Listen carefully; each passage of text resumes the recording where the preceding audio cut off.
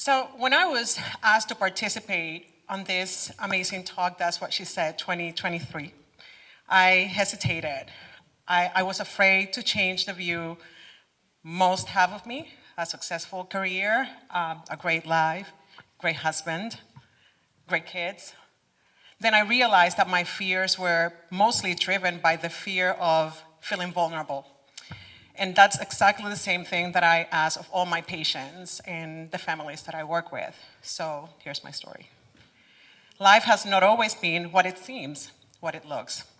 I was born and raised in San Juan, Puerto Rico. My mom was a teacher and my dad was an accountant. My parents both went to college, so growing up, I always made that my own goal. What I did not learn from them is that the journey was going to be far from perfect.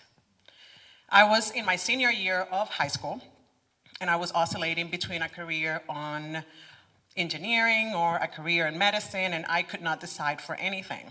So life decided for me.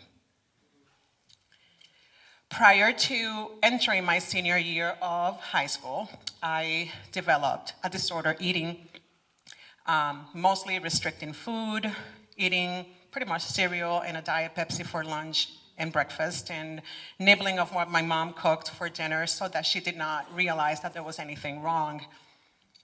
So I'd started my senior year of high school looking on the outside like my best self, but on the inside, I was full of so many fears and insecurities. I remember rehearsing at that time for a modeling talent show that I was immensely proud of, for obvious reasons. And a few years prior, I was never part of the popular group because I was mostly very overweight and obese during my high school years. But I made it to the talent show. Now, soon after that, my dad fell sick with complications from chronic diabetes. And, I remember visiting the hospital and, hoping that he would get better soon and that he could come home and he could see me on that talent show. I also remember the doctors that took care of my dad. I thought of them of the best doctors ever, and I wanted to be just like them. So the choice became very clear. At that point in time, Keila, you should be a doctor.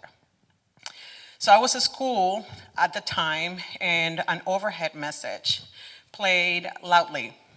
Keila, you gotta come to the office. And my mom's best friend came to pick me up at school as she confirmed that my dad had passed away. And I was paralyzed, and she kept repeating herself, Keila, we have to go. Junior, that was my dad's nickname, died. At that point, everything stopped. Life stopped. Still till this day, I remember very little from that day, even my dad's funeral.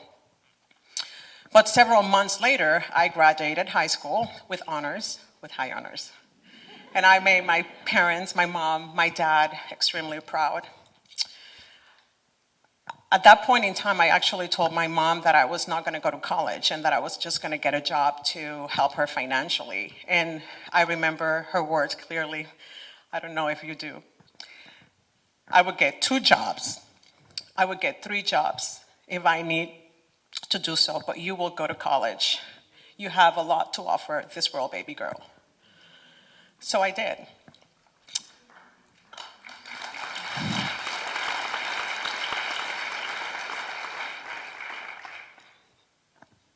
I started college at the University of Puerto Rico, and I lived during those years in my home, spoiled by my best cheerleader. And then years of experiences followed. I did a Walt Disney World college program. I was a slide operator, Splash Mountain, that was fun. How many at your party? I did also an exchange student in Virginia Tech when Michael Vick was still famous, before the dog thing. And just like that, I graduated college, also with high honors. And then came the time to apply for medical school, and my goal of becoming a physician rapidly ended. I was not accepted in medical school, neither in Puerto Rico or in the United States, and I felt that I was not good enough. And instead, I took an opportunity to go to medical school in the Caribbean at Ross University School of Medicine, that's in Dominica in the West Indies. So I traveled with boxes of canned food, hoping that there was gonna be water to drink or water to shower or even electricity so that we could study. And I counted every minute, every second actually, so that I could get out of the island. But I didn't pass a required test, so this time, no best friend, no family, no support system. I finally left the island, and I was really happy to be back home, what I thought on the path to success. And I had at that time chosen to become an obstetrics and gynecologist. So they offered me a position as a resident doctor in that field in a hospital in Puerto Rico. And I thought to myself, all your hardships finally are gonna pay off. But at the end, they actually offered that position to the daughter of a really famous gynecologist in Puerto Rico. And once again, I felt like God had a totally different purpose in life for me. One I didn't know, one I did not want to know. I was angry, disappointed, helpless. So no matter how hard I tried, nothing was ever good enough. I felt that I was never good enough. So at that point in time, I moved to Philadelphia and I lived with my sister. She was a resident at the time and helped me navigate the next steps. So I work as an unpaid researcher for a local hospital in Philadelphia. And I was hoping that I could work myself to earn a position as a resident, but no. I did not meet their standards. I thought of myself, okay, here you are, jobless doctor. I was so ashamed. So I went through multiple applications to grocery stores, pharmacies, retail stores, just name it. They all rejected me. I remember them saying, I am so sorry, you are overqualified for this job. Now, one day, I received a call from one of those local stores. It was the manager, and she actually told me she wanted to hear my story. So the interview was mostly me telling her my story and how I ended up applying for that job. So she said, just go ahead and redo your resume, but please, this time, just leave out that you're a doctor. So I got a job.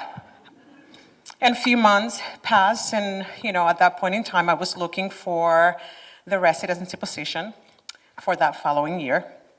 And in the meantime, I worked as at a crisis response center, taking care of children, adults, adolescents with behavioral health, mental health issues, and my job was to interview them, assess them. I spoke to them, I helped them, and that's all I really wanted to do, really, in life. So at that point in time, I was approached by the medical director for that facility. And she said, well, I did not know that she knew my story. And she came and said, I don't know why you want to be a gynecologist. You were actually born to be a psychiatrist. And her words changed my life and really the career path that I had envisioned since I was in high school. And now I just wanted to become a psychiatrist. I wanted to be specifically a child psychiatrist. And she went on and said, well, I cannot assure you a position on my program, but you have earned the best letter of recommendation. So 2 months later, what I thought the unexpected happened, and I was offered a position for a residency at Temple University in Philadelphia. And I felt that those were great news. My hard work was finally paying off. I was finally good enough. So the next 4 years rapidly ended, and I was at that point in time ready to apply for the fellowship in child and adolescent psychiatry. And I wanted to redeem myself so bad. I was nonetheless fear of rejection, and that fear really overwhelmed me. So I went ahead and I applied to the best programs, and I interviewed to the best programs. NYU, Harvard, Yale, Johns Hopkins, Penn State, just name it.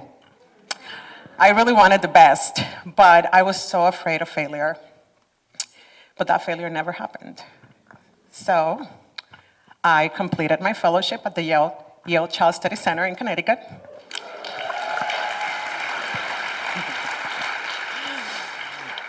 And I met my wonderful husband prior to starting my fellowship, and at that point in time, I said, I'm ready for my happily ever after. Now, during my second year of fellowship, I found out to be pregnant with my now gorgeous 9-year-old daughter. And it was an extremely complicated pregnancy, to the point that most doctors suggested termination of the pregnancy. So at this point in time, I failed, but I thought I failed as a mom. She was born prematurely, small for gestational age, and after about a month and a half plus in the NICU, she came home. And I recall that beep, beep, beep, beep of the NICU, my startle responses, because I was terrified that she was gonna die in her sleep. It was overwhelming, and it led to a diagnosis of PTSD. But throughout all that, I have learned to trust the Lord. He knows best. Many more times I've fallen, depression, self-esteem issues because of weight problems, a miscarriage. But also great things have lifted me. My third pregnancy, a healthy second daughter, now 6 years old, a happy marriage. And every hurdle along the way has challenged me to make me stronger, resilient, made me an example to some of you.